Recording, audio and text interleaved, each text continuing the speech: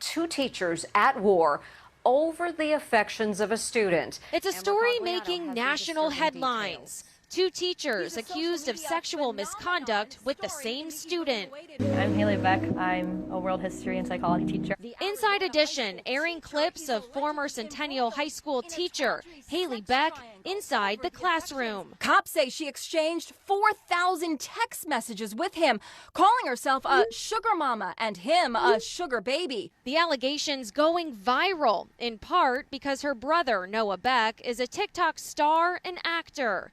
But this apparent sex scandal was exposed only after the victim's grandma found an explicit video on her grandson's phone of another teacher at the same school, Angela Berlacca.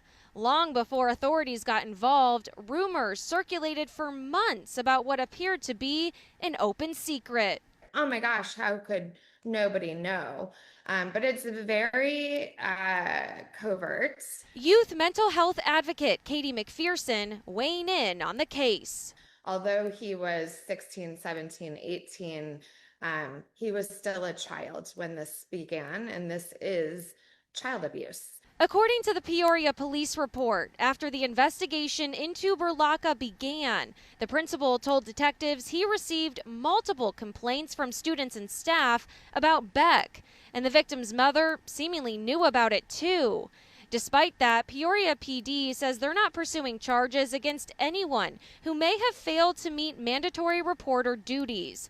District leaders previously told me the information available did not meet the legal threshold for reasonable suspicion of abuse. But now the school board may be changing its tune. The threshold is so low for having reasonable suspicions.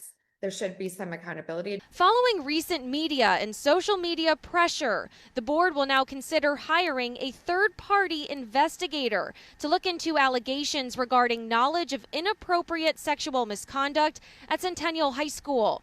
A spokesperson says this new action may or may not be related to the principal.